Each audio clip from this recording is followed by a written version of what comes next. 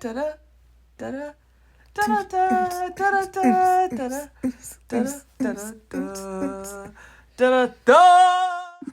diary, it's me, Nia, and I'm back again. I am here again on a late night to talk to you while I do my makeup. You know my birthday's coming up soon, so I really want to learn how to do a cute eye look so that I don't have to pay to get my makeup done. So I'm gonna do that, and I also want to talk to you about this thing that happened when I was in high school with this girl. We'll name her Connie. This girl Connie, I'm gonna be looking down at my mirror. I'm gonna be looking down at my mirror, and then I also will be looking over at the actual inspo for the eye look. So that's why I'm not completely locked in with you, because we're multitasking. So I don't know where to start with this makeup look.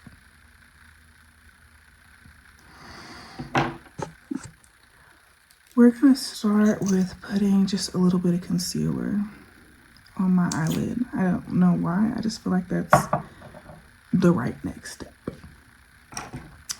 So this story takes place when, I'm gonna use my mirror. When I was in high school, I was like a junior in high school. And if you don't know this, I was a cheerleader. Like B-U-A, yeah, that was me. I was a cheerleader in high school. I really liked it. I wasn't a cheerleader for like all of high school.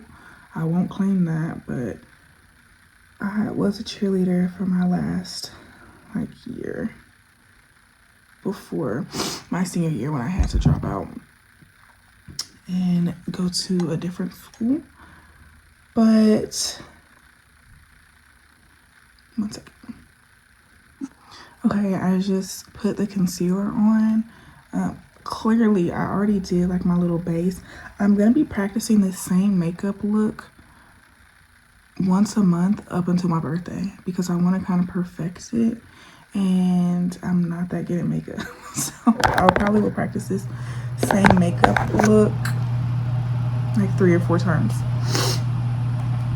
but I'll just like change a few things, obviously, just a few things, not too many. So this story happened when I was, like I said, a junior in high school. I was on the cheer team. I loved cheer up until it started getting a little racist. I went to a private Christian school. I went to a private Christian school my last 2 years of high school. Well, my junior year basically. So yeah, I started my senior year there, but you know, then I didn't finish. So yeah, I went to this high school for my junior year and just the beginning of my senior year. Now, my junior year, I started getting into a lot of stuff because, if I'm being honest, at my other high school, I just had way too much going on. That's when I was in my super toxic relationship, and I kind of started weaning out of that relationship a little bit when I first started going to the school. So I like was focusing more on school stuff, and I joined the cheer team. I wanted to be on the cheer team so bad, so I joined it. And I met this girl on the cheer team, and her name was Connie. Now, Connie, she was from out of the country. She had been adopted from Russia. She was adopted from Russia, and Connie and I immediately connect, and we only connect because she kind of reminded me of public school. She was a white girl, but she was very much like, she was a little ghetto, y'all. She was a little ghetto, I'm not even gonna lie. So Connie, she reminds me of public school. She reminds me of like fighting and all things a little ghetto. And she was one of the only people who I met that she was like trying to be my friend, because obviously all of these people have been going to the same public school together, most of them for most of their life.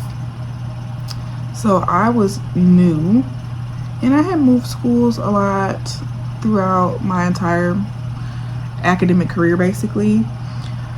So it wasn't like new to me, but obviously it's like a new school. You have to feel the vibes, get used to it. Now, I quickly figured out I was one of like 5 or 6 black kids in my school.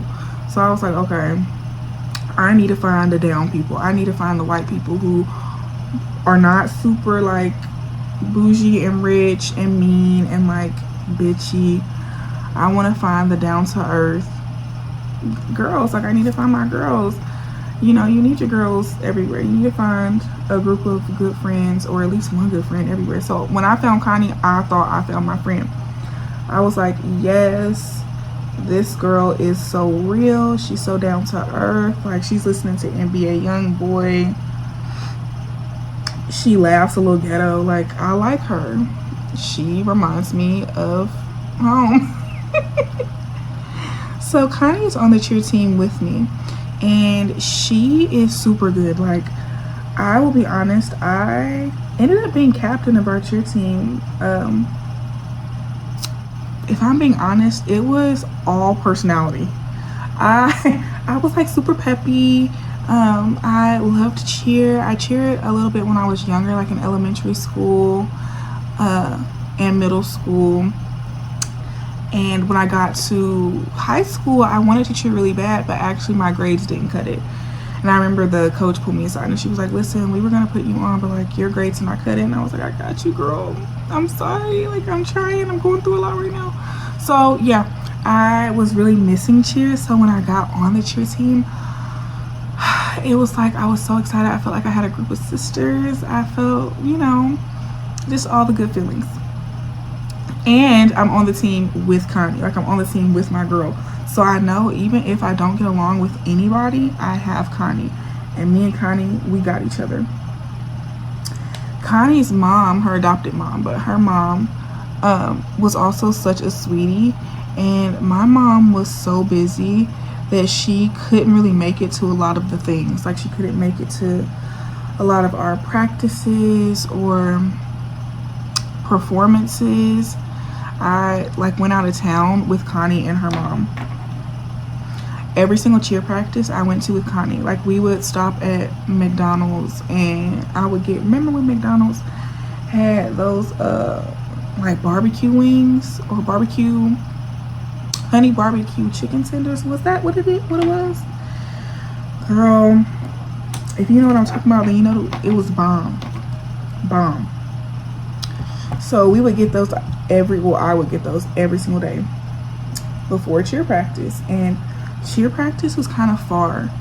It was at an actual gym, like a gymnasium where people who are in gymnastics practice.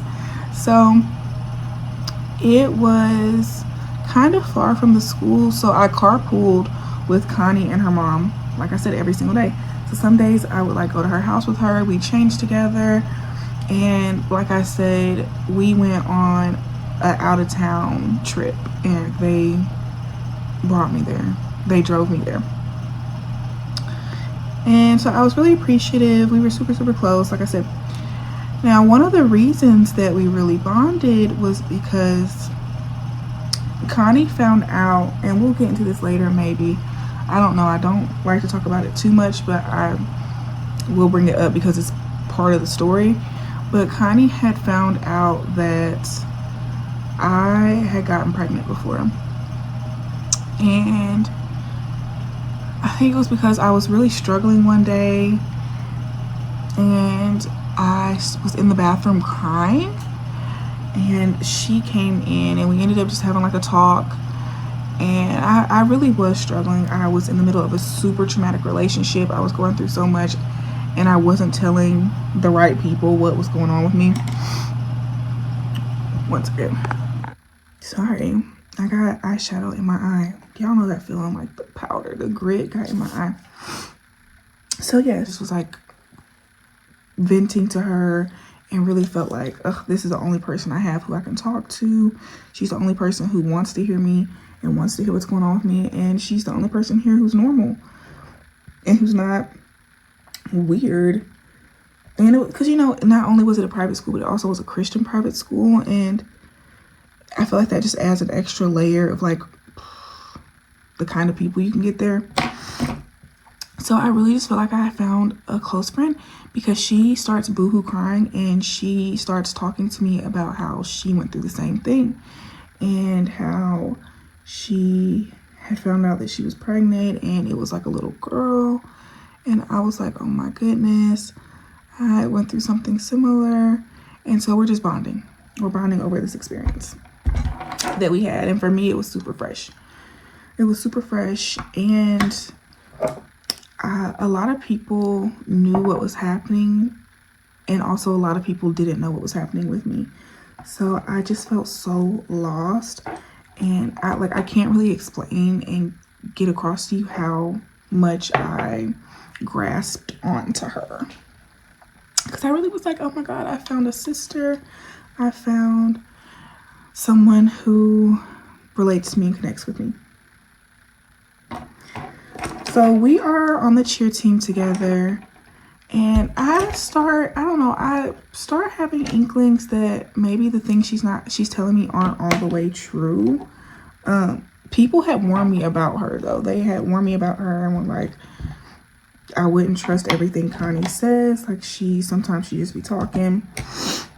And I was like, okay, well, I haven't really seen that. And you know, she's super kind and like nice to me. So I guess if I see that, I'll act accordingly.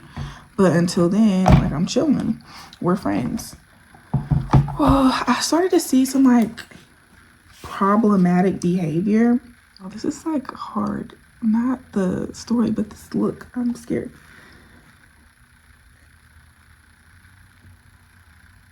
One second. So like I said, people have been telling me, don't trust this girl. Don't trust her. Don't trust what she says. But again, I had not been proven, or she hadn't proven to me to be untrustworthy yet. So I was like, y'all are all tripping and y'all don't know her and nobody's trying to get to know her. I thought she was very misunderstood. I thought she was very misunderstood. So we had like a few strikes before I really was like, there's something like just really not right about this girl. I used to be a really bad people pleaser, which I think I brought up before. So sometimes I would ignore red flags. Not sometimes, most of the time. 90% of the time I was ignoring all the red flags because I just really wanted friends or a relationship or whatever. So she was very attention seeking and I was like, okay.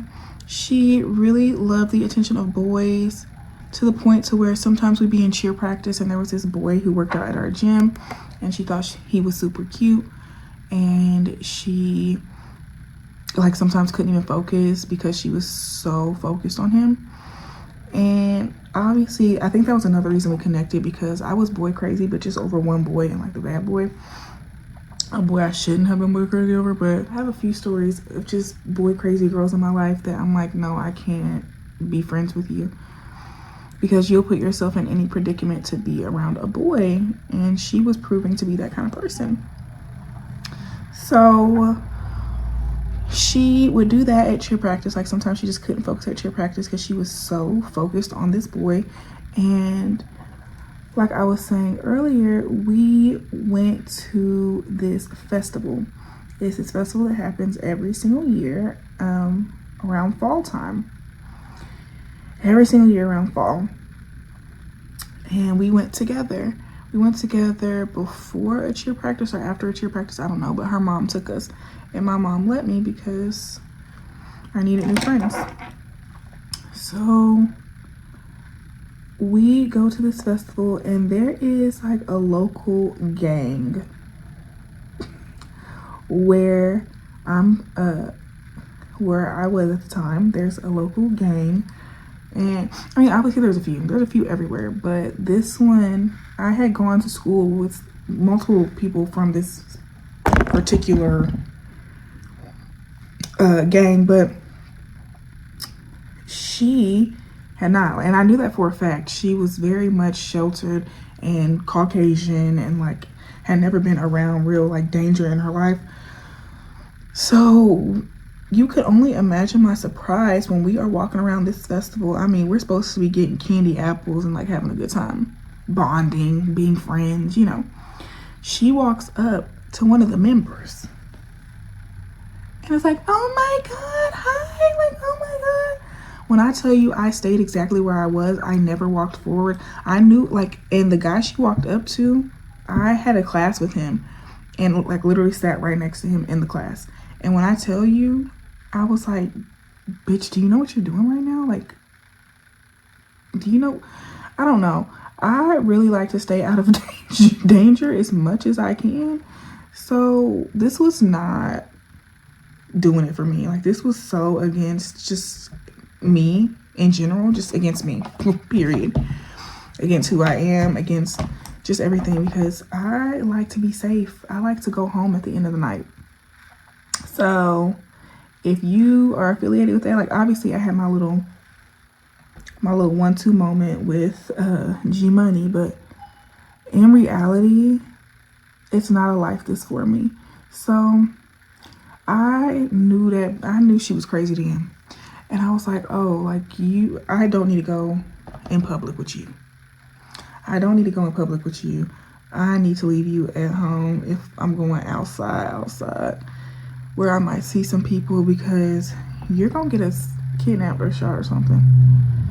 So yeah, we had that moment where I kind of just really realized, oh, she's very much like tone deaf to any situation. She's not peeping. She's not realizing that she's in a dangerous situation. But it was because she had said this before, that she wanted to be with a black man. Yeah. She liked the black men. She said that she liked the black men. And you know, that's your prerogative. There's nothing wrong with that. But if you're leading with that, that's a problem. So yeah, she liked the black man. I'm like, okay, whatever. You do you. If you like it, I love it. But obviously, if you like it and it's gonna get a shot, I don't love it. Anyway, so we are at this festival and she goes up and hugs this member, and I know she's crazy at that moment. We leave and I know that we are probably not going to be in public together again, period. We're probably not going to be in public together again because I want to be safe, and she'd rather have a man talking to her than be in a safe situation. So that was like my strike one. That was my strike one, an actual strike. Because before I had seen some red flags. Again, people are telling me don't trust this girl, she's crazy. But I'm like, you guys, just give her a chance. Just open your hearts and minds to what? Nothing. Craziness. So I look crazy, but up close, I still look crazy. So we're chilling after this. We're at her house. She's telling me a lot about these stories of her being with boys. Her mom doesn't know nothing about it. She's sneaking out. She's sneaking boys in. She's like having sex in parking lots. And I was like, okay, queen, go off. Go off. But again, these are red flags. And then she starts talking about her experience losing her baby. And she like keeps bringing it up. And I like really didn't want to talk about it that much because, again, it was very personal for me. And for me, I just didn't want to talk about it. Like, I'd much rather forget it ever happened. So she would bring it up often, and I kind of be like, okay, you know, whatever. But then her story would change. Her story would change often. Her story was always different. So I started asking her about it. And then I think at one point I told her I didn't think she was telling me the truth. And she was like, okay, whatever. And I was like, okay, whatever. We are still friends. We're still cheering together. We're still going to cheer practice every day together. One cheer practice comes around, and because I am cheer captain, I like will step into different stunts that might not have anything to do with me. But she was struggling with a particular stunt. So I'm like, you know, girl, just come in my stunt. Like, come over here. We'll figure this out. So we're just, you know, throwing a stunt. We're practicing for our competitions, and she does a flip and flips into my face. My nose, I feel like to this day, okay, it probably didn't break, but it was really bad.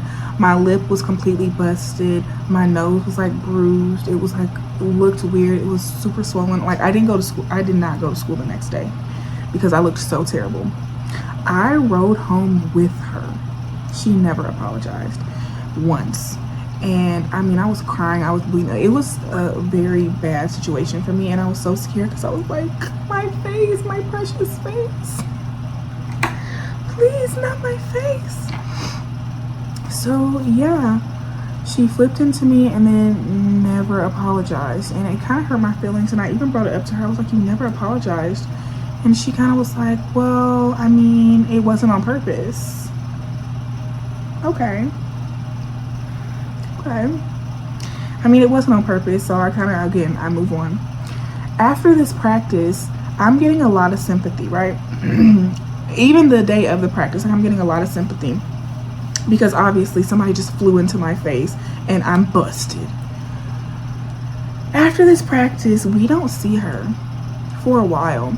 So we start asking, like, where is Connie? Where's Connie? Connie is out.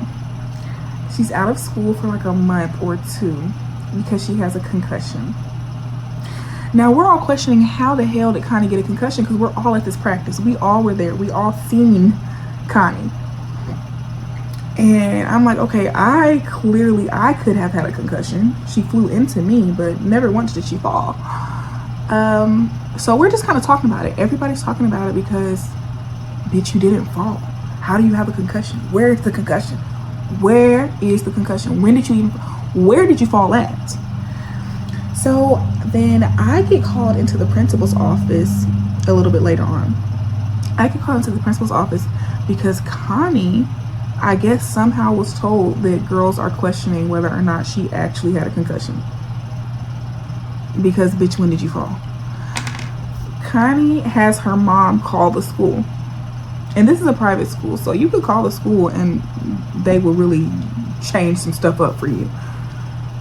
She calls the school and says that girls are talking about her daughter and she's not going to have this. And her daughter has a concussion and that's that. Her daughter has a concussion and that's that. And we need to not talk about her. So I get called into the front office during school. And because I'm captain, I was held responsible. My principal was telling me, you know, you need to not talk about her. If you hear the other girls talking about her, you need to like dead the conversation. And I was like, okay, but this is not, like, this really has nothing to do with me. She don't have a concussion. I know she don't have a concussion. She knows she don't have a concussion. That's why she's avoiding everybody. That's why she sent her mom. And like, what are we even talking about right now? Okay, I've been trying to do this little brown, it's like a double wing situation. And I think I need a dark brown eyeliner. I don't think any of these eyeshadows are gonna make this look happen. I'm still gonna try though. I'm still gonna try to pull this look off how I want it to look. So, fuck it, we ball. So that happens. And I kind of like was upset, but it was whatever. Now, then I am on my way home and I receive a text message. You know who this text message is from? Connie's mom. Connie's mom is texting me, telling me that I need not talk about her daughter. Her mother texts me and lets me know that I need to stop talking about her daughter. So now I'm going back and forth with Connie's mom on a school night nonetheless, over people talking about the fact that she might not have a concussion when we all saw her and know she doesn't have a concussion. So yeah, her mom texts me and I mean, it was super random. I did defend myself. I was like, I have no idea what you're talking about, babe. I didn't talk about Connie. I don't know what she's talking about. Like, we're not talking about her. And I don't see how it's my responsibility. So then her mom even starts talking about how, like, she feels like it's disappointing, my responses, and she feels like it's disappointing that we're even talking about her and that we don't believe her and all this stuff.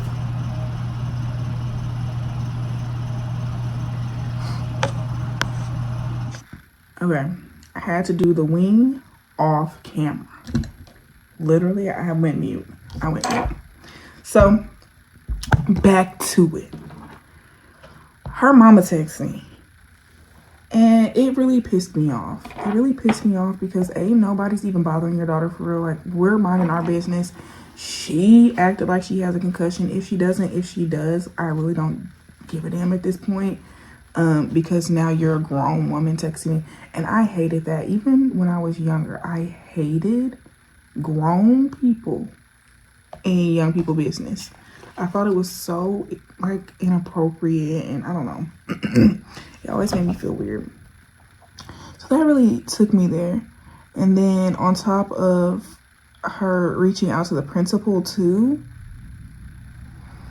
yeah, you're really doing a lot. So needless to say, I'm not really friends with Connie anymore after this point. Like, by the time she gets back to school, I'm over her. And she actually texts me the next day or 2 days later and was like, hey, I feel like you're not really talking to me that much. Like, what's wrong? Why haven't I heard from you? And I went off on her, and I basically told her everything. I was like, listen, first off, you had your mom reach out to me over something, a rumor that I didn't start. I'm not like out here just like, oh yeah, Connie is a liar, Connie is a liar. No, I just don't know if you have a concussion or not because we did not see you fall. So if you got a concussion, we're just questioning where you got this concussion from. But the principal already talked to us, took me out of my class time to talk to him about the fact that we don't need to talk about you. So I don't want to talk to you. I told her, and I said, also, I don't believe what you've been saying about this whole baby situation because your story keeps changing. Also, I don't like how much of a girl or a boy's girl you are, because she's not a girl's girl, how much of a boy's girl you are, and I just feel like you're not a good friend. And I told her, I just feel like you're not a good friend, and I told her that I did not foresee us being friends past that point.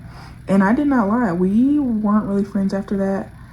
I actually, out of spite, and I'm not proud of this, but also, like, she took me to a place that I don't even know if I've been since. But she pissed me off. So I don't know why I was doing that. The mascara, because I'm not ready for mascara. She pissed me off. So I reached out to her mom on like a random number, a private number. And I literally told her mom everything, and I felt kind of guilty, or I didn't feel bad about it then, but I do feel kind of bad about it now. That wasn't really my place. But again, I just kind of knew her mom wouldn't care, honestly. But I reached out to her mom on a private number, and I was like, your daughter is bad, basically. I was like, your daughter's bad. These are all the things you don't know about her. Insert picture. I was like, this is what she was doing in your house last Tuesday. Insert video.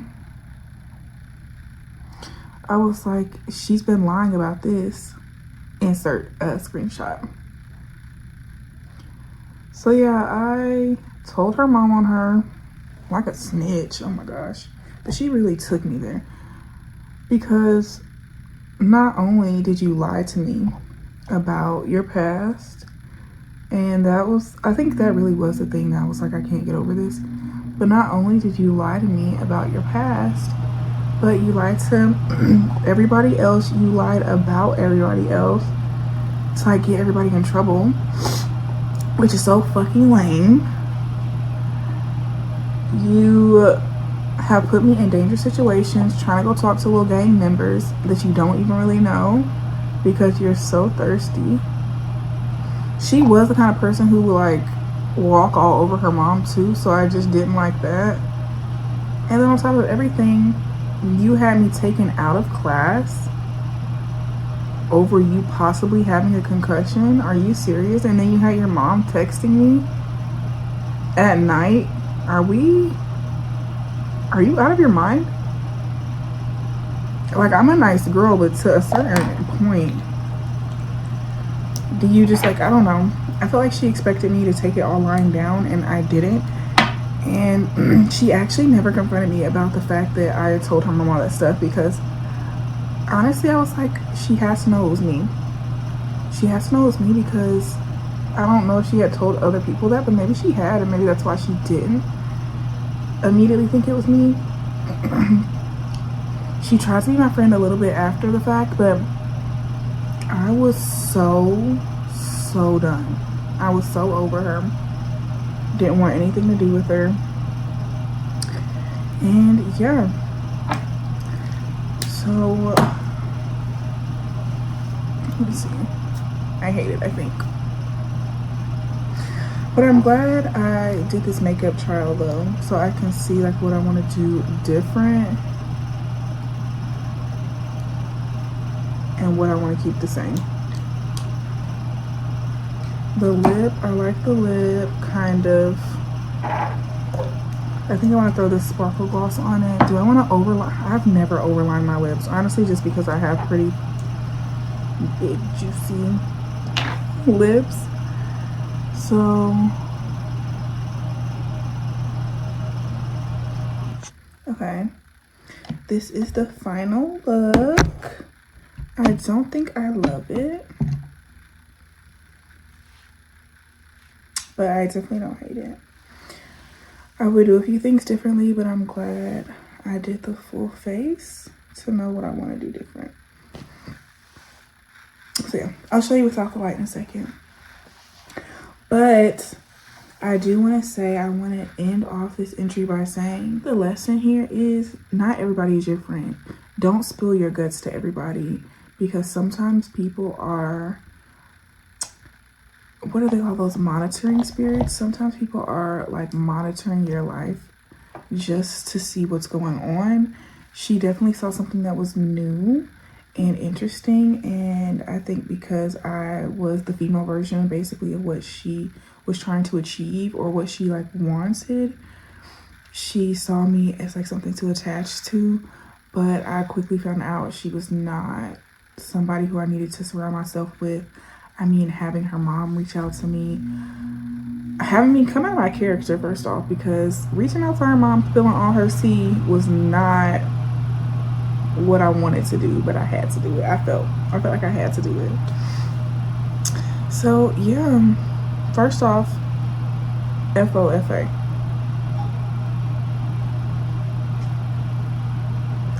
FAFO. First off, FAFO. And second off, I'm just glad to have learned. I'm glad to have been through that experience and know what to look for in friends. And I stopped being friends with her. It was kind of a big deal for me. It was the first friend I'd ever actively stopped being friends with, because I always was super attached to the people in my life. So it was really hard for me to break that relationship off. But as soon as I saw that she was acting out of malicious intent, she couldn't be in my life and I couldn't be in hers. And it's actually weird because I moved to a new state, and I guess she goes to college here or went to college here, I don't know. But my wife and I went out on a date for Cinco de Mayo last year and saw her working, and I was like, oh my god. It was like, ooh, it's like seeing a ghost. So yeah, I wanted to tell you about that. Also, I wanted to get this done, and I did. I need to show you what it looks like with a normal light, so give me 1 second. I just want to show you the look closer up, not in a different light, but just closer up so you can see. We got the wing going. I want to work on learning how to contour. I want to learn how to contour. I want to, now I dropped my phone. I want to learn how to contour better. Like, I want to chisel this.